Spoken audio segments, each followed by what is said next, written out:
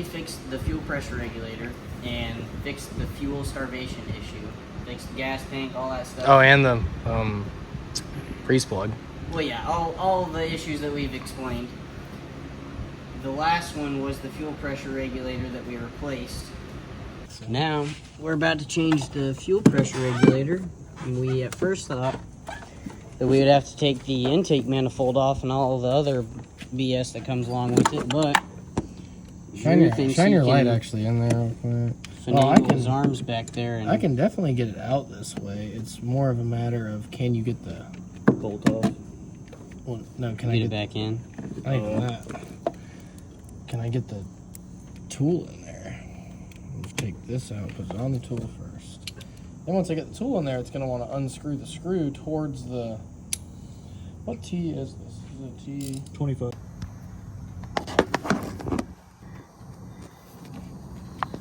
Dried out odoring. Odoring? Good lord. Yeah, that's a good noise right there.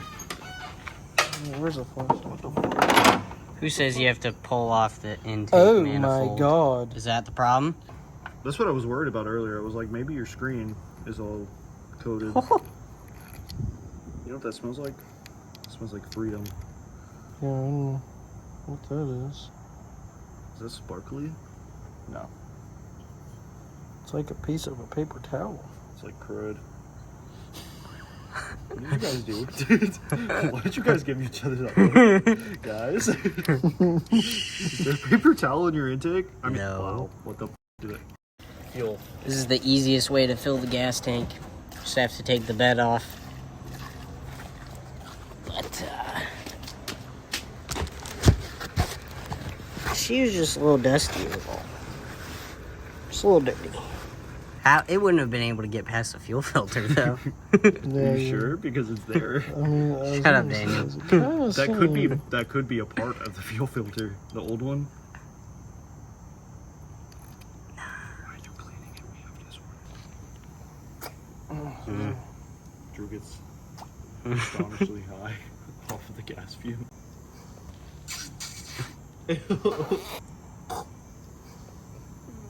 Disgusting. Get that buzz? Look at disgusting. Telling you, man. These are the same, right? I already put seafoam in it, so it's going to make it all better. Well, one thing I can tell for sure that was not working is, see how there's an O-ring in this one? Mm. And in this one there's not? Mm-hmm. Yeah, that's supposed to have an O-ring in it. And that's one thing that could cause the problem that we're having. Oh, is the O-ring. Mm-hmm. Oh. Ring. Ring, yeah. Oh no. The O-ring. Oh. Yeah, the O-ring. Oh. Oh no. I don't think Drew heard me. It's I the think Drew's O-ring. absolutely smashed. Just right high now. as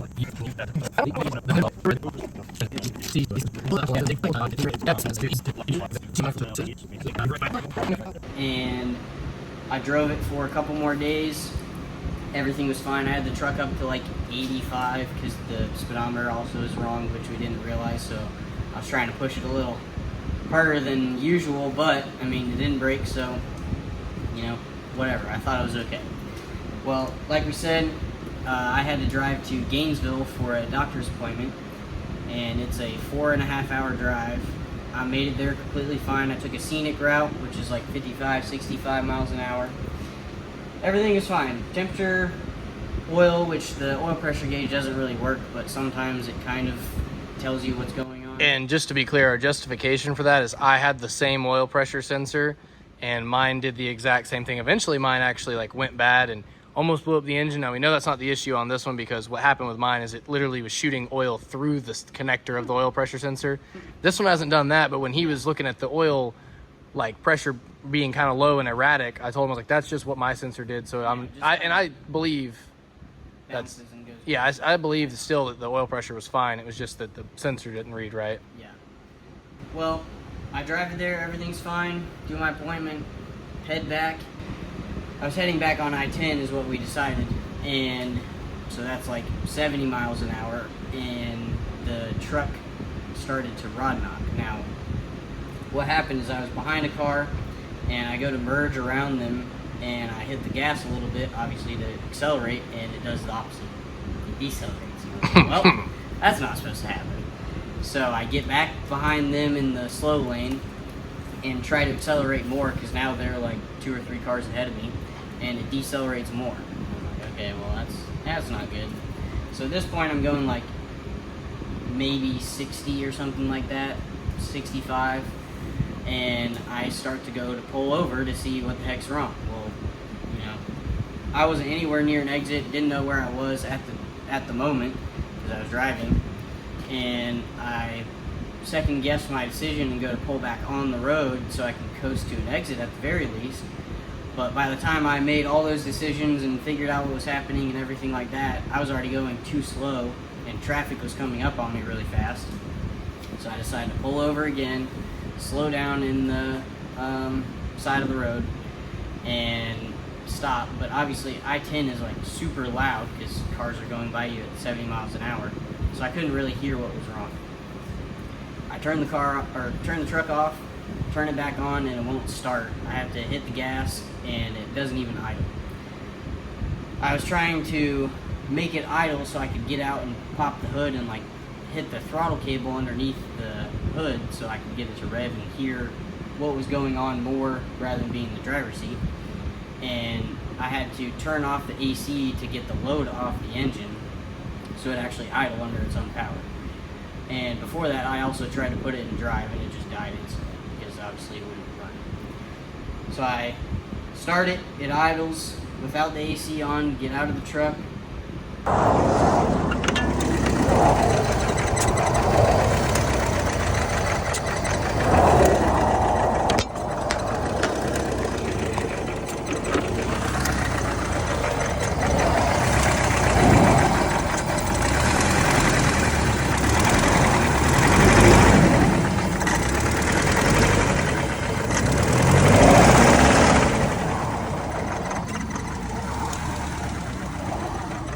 Hit the throttle and it's rod knocking super bad. Like, I mean, my 240, the first car that we built, also had a rod knock. That's why I swapped the first engine in it, and it sounded, I mean, it was just rod knock, like that's what it was. Don't know why. I checked the fluids, still had oil, still had coolant. It didn't overheat as far as like what I noticed while I was driving. Now, whenever I parked on the side of the road, it was reading like 220, but obviously because it was rod knocking. Well, in 220, it is not overheating anyway. As far as what it would usually run at, It's hotter, yeah. yeah, it's like 50. Which, I mean, it's normally when you rod knock, it ends up getting too hot, especially if you continue to drive it. Yeah. But I mean, like you said, you're not going to blow it up more. Yeah, so at this point, I'm sitting on the side of I-10, and it could be towed. I'm 4-ish hours away from home. And now that it's idling, I try to put it in drive again, and it doesn't die.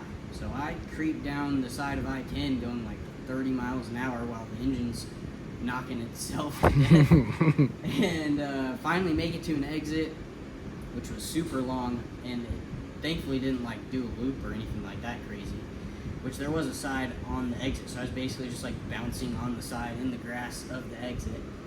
I park at this little Y to see like which direction I should go, and then the truck dies. And I was still on the side of the road, so I wasn't like blocking anything.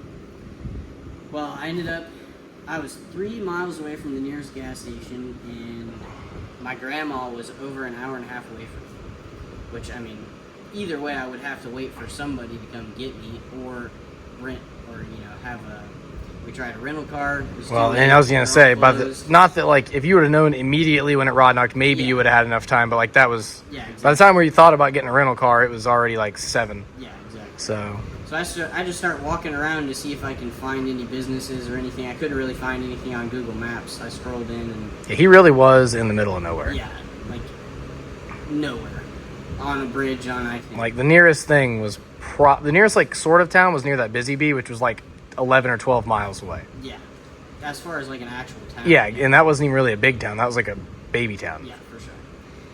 And I just start walking down the road to see if I can find anyone or anything, and some dude stops in the truck, points at my truck, asks if it was mine. I say yes. He asks if I have toe straps, which from now on I'm gonna have to dang toe straps. Yeah, for for sure. real, yeah. But he has me get in the truck, and we go driving to a friend of his that's like just down the road. So we turn around, go to his house. He's not home. Turn around and go to the next house.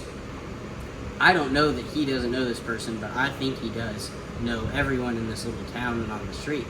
Well, he pulls up to this house and just starts honking his horn and just waits for the guy to come out, and he's just like, I don't want dogs or something like that to come out. I guess he's had bad experiences with that.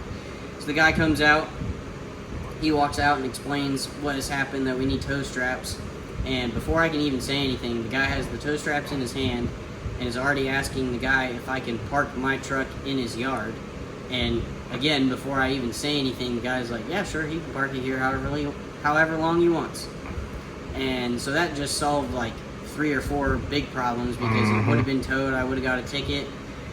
I mean, Yeah. the list goes on. It's good to see there's still nice people in the world, not just a bunch full I of... was in the middle of nowhere, but at least there were nice people, for sure. Yeah. So we parked it there for almost a little over 2 weeks, or around 2 weeks. And then me and Drew went and got it. Now it's here in the shop, and we're trying to figure out what the heck happened. Just to be clear, we're not going to put this 4-cylinder and fix it. We're putting the We're not LS in it. fixing this. Because honestly, we already have an LS, and it's probably going to be the cheapest way to get it running. I mean, we've done an LS swap on these before, so. Yeah, I mean, you guys saw the blue truck. We were in at the track, and the plan was this to be 2.0, but plans change, and we kind of need to rush it in a way. But the way I think of it is, now we can just mock up a boring engine, get all the little annoying stuff out of the way, and then we can just put the crazy engine in and add the turbo kit, and then we'll be done. So it should hopefully save us some time in the end, but it's slightly annoying timing for sure. Well, we're going to get it in there quicker. And honestly, I mean, not that it's a little bit annoying for you, but I was really excited to work on this thing, because it is, although the paint needs a little bit of work, other than that, it's very clean. There's no, like, the wiring is in really good shape, so it's going to be so much nicer than his blue truck, and we're going to be able to make it so much nicer that I'm just really excited to show what we can really do with a car that's actually, like, not screwed up. Yeah, exactly. Yep. So it'll be fun. It's going to be a project, but that's what we have this place for. Yep.